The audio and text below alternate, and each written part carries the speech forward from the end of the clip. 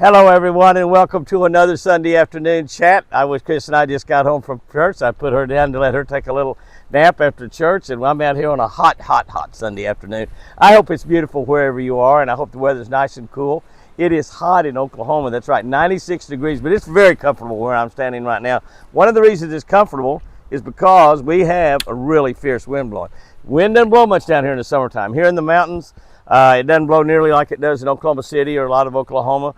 But it's been blowing here lately, and we love it. We love it. We get a little wind in June, the middle of June, here getting close to July.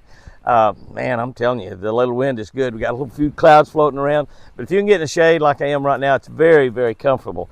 The humidity is high, and you'd think it'd be muggy, but that wind just keeps it down. It keeps all that mugginess down. I heard that they had a 40-mile-an-hour gust of wind blowing out in the about in the Panhandle today out in western Oklahoma. We probably had maybe some 25-mile-an-hour wind here, perhaps a 28 or 29, but it's just been really, really nice. We had a great church today at Midway Hills Baptist Church. I'm sure they had a great church wherever you went to church. I can't help but think back to last Sunday, Father's Day, when we were over at the brand new church in Farmington, Arkansas. I'm telling you, I'm just so impressed with that church and so impressed with the people. The preacher, there, just a tremendous guy. Brian, the guy that I dealt with a lot, Sherry dealt with a lot, arranging that deal over there where we spoke at Father's Day.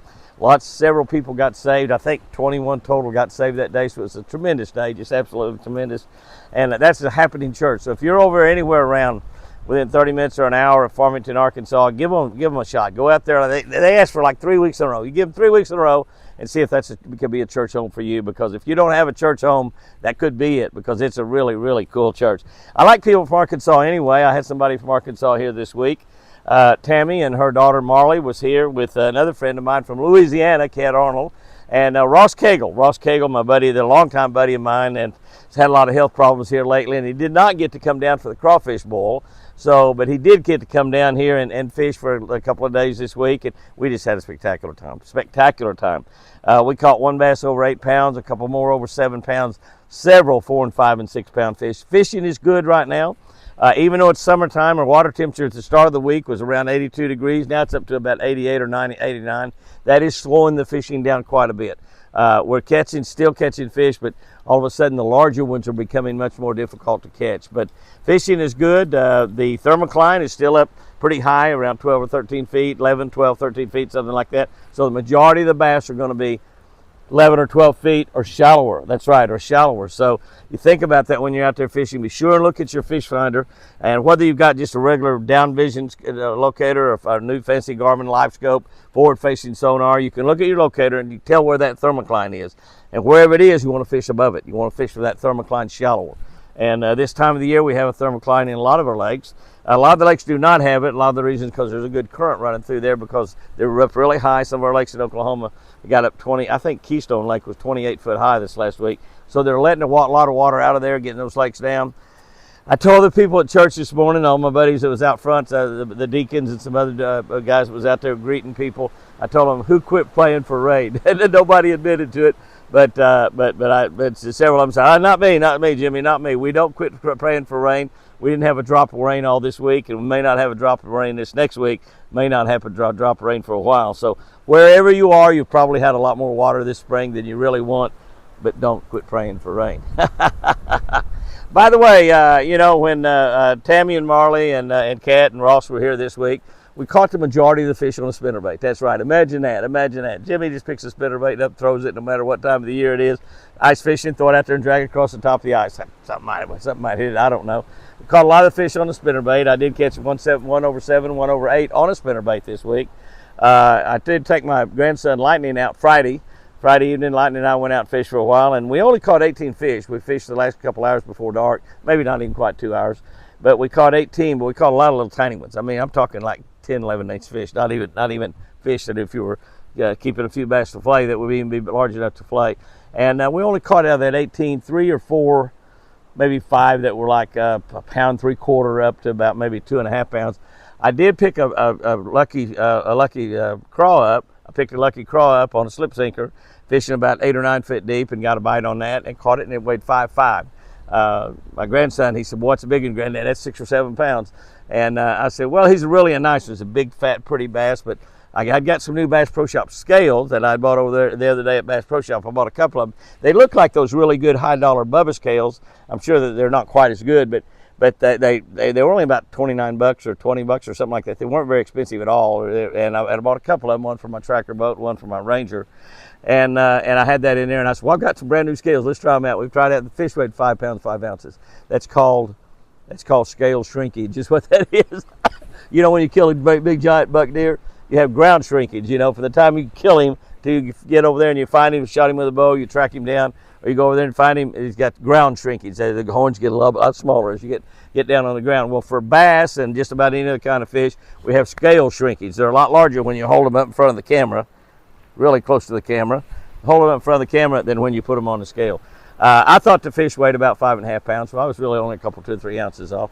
Beautiful 5 pound, 5 ounce fish. And, you know, we see a lot of big fish caught nowadays with the forward-facing live scope. There's a lot of double-digit fish caught in a lot of places, particularly down in Texas, where they have that great Cheryl Lunker program where they've developed and returned literally hundreds of thousands of fry from big 13-pound plus bass. And they hatch those out and then turn those back into the lakes that they came out of, and it's created sensational fishing in the state of Texas. We've tried to get the state of Oklahoma here to do that. They're not too interested in that.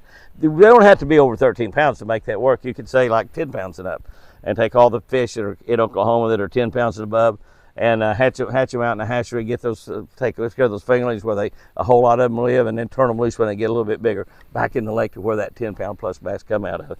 But we haven't been able to get that done here in Oklahoma, but they're not too interested in that. Some of the biologists don't even believe the Cheryl Lunker program works.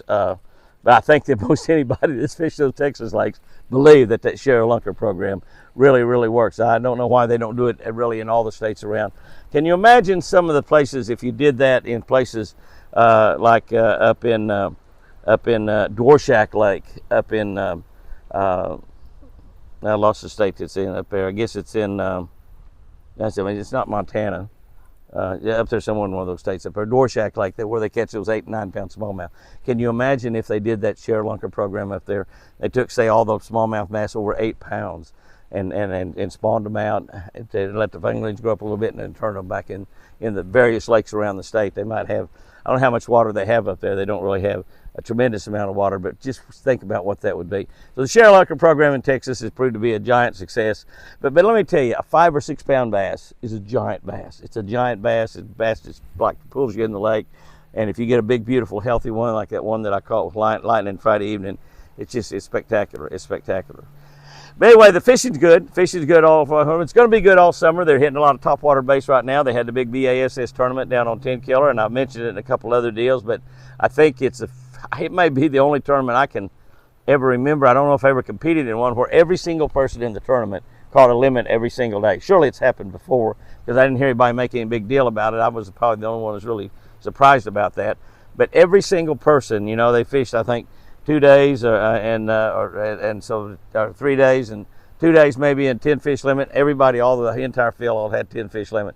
The second day they cut it down to maybe the top 50 or top 40 or something like that, and every one of them caught a limit that day. And then when they cut it to the top 10 for the final day, they all caught a limit as well. So it was an amazing, amazing tournament. 10 Killer is doing sensational right now. They finally took that slot limit off, and it's allowed a lot of those fish that's in that slot have grown over the slot, and you can only keep, I think, one fish over maybe 20 inches or 21 inches. I don't even know really what the law is over there anymore. They changed it around, and all I do is catch them and turn them back anyway, so I really don't worry too much about it.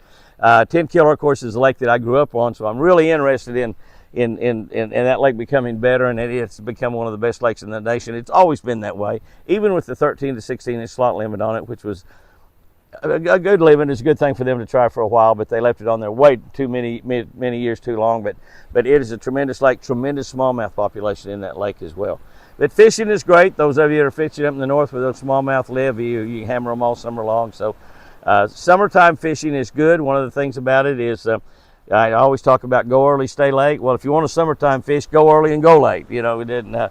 But me, I go early, stay all day, and stay late is what way I like to do it. But if you just go early in the morning, the first couple 2 or 3 hours in the morning, the last couple 2 or 3 hours in the evening, that's great right there, and you can work the rest of the day, get all of your work done. We started cutting hay on Twin Eagle Ranch today, as a matter of fact, as I was going to church. The hay cutter We have our hay cut by a hay cutter, and they take a percentage of it, and then we have a percentage of it which we sell, and it allows us to be able to take care of our deer and spend some of the money we spend on stuff like that here on the ranch.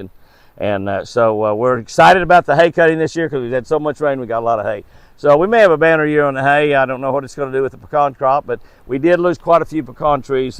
We've got a lot of pecan trees, but we probably lost another 15 or 20 during all these spring storms they have. They're brittle. We have a lot of old trees, and probably need to plant another 100 pecan trees or so and get those going here pretty soon. We plant in February, late February. Probably need to plant me 100 this coming spring. I might try to put that on my calendar.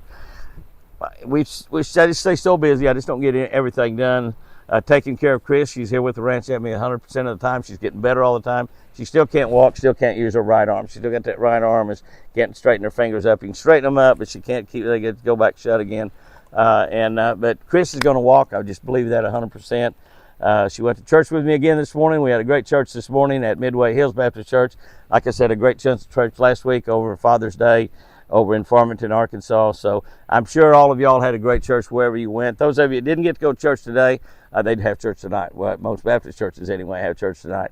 So the Bible tells us not to forsake the assembling of ourselves together because it is good for exhortation. That means that we encourage each other. We go to church and meet as a bunch of Christians in a Baptist church, whatever kind of denomination, non-denominational church, whatever kind of church you go to, and we exhort each other, we encourage each other, we build each other up, and we go with smiles on our faces. We worship together, we praise God, and we encourage each other. One of the best things you can do with your life is be an encourager. Encourage everyone you meet. One of the best ways to encourage everybody you meet is just smile with them and be happy with them. Give them a big smile. Tell them that you hope they're having a good day. When you get through talking with them, tell them, God bless you, God bless you. It's amazing how many people say that to me anymore. God bless you. And I love it when they say that. And I always say, God bless you too. And anyway, it's be an encourager. If you just make it your goal on a day-by-day basis to be an encourager, you're going to change a lot of people's lives in your lifetime. You really are. You really are. So that's one of the simple things you can do is just encourage people. That's one of the reasons we go to church, is to exhortation, to encourage each other and build each other up while we're there at church, and be happy and be friendly and just a nice, good place to go and worship God. We're there for one reason and one reason only, to worship God and thank Him for all that He means to us. All the favor, all the blessings, every single breath we take is a blessing from God. And when there's no way we can thank Him enough for all the blessings that He lays upon our lives. So go to church. If you didn't get a chance to go to church, go next Sunday. And you go there, try to be an encourager. Try to be an encourager with everybody you come in contact with. If you just make it your goal to encourage people, if I run into you, you can encourage me, because I need encouragement a lot of the times. I sure do. So, guys and girls, it's a great time to be fishing, great time to be alive. It's summertime. We all love summertime. Kids are out of school. Sometimes they're driving some of us crazy, I'm sure, in the households around. But it's wonderful to have the kids there. It's wonderful to be able to run around outside in shorts and no shirts and get you a nice little tan sunburn on the top of your head, which is one of the problems that I have anymore, because I don't have enough air left up there to block the sun off. But have a great time out there this summer. Have a great week. The fish are biting. Tell one another that you love each other. Try to encourage each other. Smile at everybody you come in contact with, and just have a spectacular week. And remember, to fish lucky, I sure do love you.